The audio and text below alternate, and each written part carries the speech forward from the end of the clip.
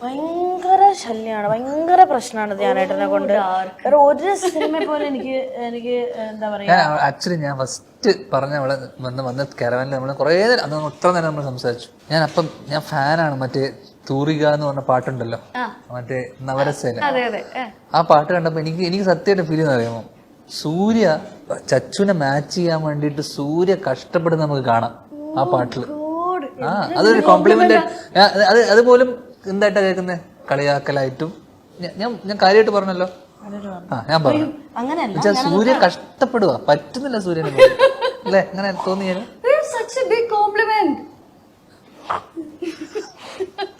ജോക്കായിട്ടാണ് തോന്നുന്നത്. പക്ഷെ വേറൊരു കാര്യമുണ്ട്, ഞാൻ ചേട്ടൻ കാര്യമായിട്ടാണോ പറയുന്നത് തമാശയാണോ പറയാൻ ഇച്ചിരി പാടാ.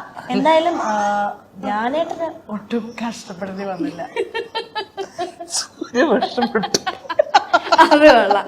വേറൊരു കാര്യം ചോദിക്കട്ടെ, ഡയറക്ടേഴ്സ് ആക്ടേഴ്സ് ആണോ രണ്ടുപേരും? അത് ഓഫ്കോഴ്സ് ഞാൻ അങ്ങനെയാണ്. ബിക്കോസ് ഞാൻ ഡയറക്ടറിനെ സ്ട്രിക്ട്ലി ഡയറക്ടർ എന്താണോ പറയുന്നത് അത് ഫോളോ ചെയ്യുന്ന ആളാണ്. എങ്ങനെയാണ് പ്രിയ? Definitely yes. പിന്നെ വേണമെന്നുണ്ടെങ്കിൽ if he is okay, if the team is okay, then you can improvise, always improvise. നമ്മുടെ ആക്ടേഴ്സിന്റെ ടൂൾ എന്ന് പറയുന്നത് ബോഡിയാണ്. ഞാനൊക്കെ അത് റിയലൈസ് ചെയ്ത് വരുന്നേ ഉള്ളൂ.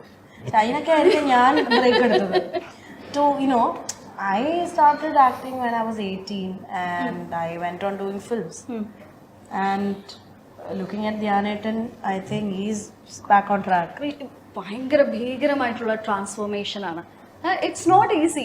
I appreciate. It's not easy. അതെ, ഇനി ഞാൻ ചേട്ടാ പറയൂ, ലൈക്ക് എങ്ങനെ ഉണ്ടായിരുന്നു? ഓഫ് കോഴ്സ് ഈസി ജേർണി ആയിരിക്കില്ല. നമ്മുടെ ജിം ഉണ്ടായിരുന്നു, ജിമ്മൊക്കെ പ്രത്യേക പേഴ്സണൽ ജിം സെറ്റപ്പ് ചെയ്തിട്ടുണ്ടായിരുന്നു. ഒരു ദിവസം പോലും ഞാൻ അങ്ങോട്ട് പോയിട്ടേ ഇല്ല. 2 വർഷം മുന്നേ നിങ്ങൾ തുടങ്ങി? ഇല്ല, ആ വഴിക്ക് ഞാൻ പോയിട്ടില്ല. അവിടെ ഉണ്ടായിരുന്നു, സെറ്റപ്പ് ഉണ്ടായിരുന്നു. സെറ്റപ്പിലോട്ട് നമ്മൾ പോകണല്ലോ. ശ്രദ്ധിക്കണം.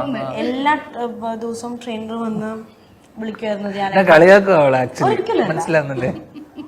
ഒരിക്കലും ഇത് നിങ്ങൾ അങ്ങോട്ടും ഇങ്ങോട്ടും ഈ ട്രോളിങ്ങിന്റെ ഒക്കെ ആശമാര് മാറി നിൽക്കേണ്ട സമയം കഴിഞ്ഞു. തീർച്ചയായിട്ടും കേരളത്തിലെ ഏറ്റവും നന്നായിട്ട് എന്താ പറയാ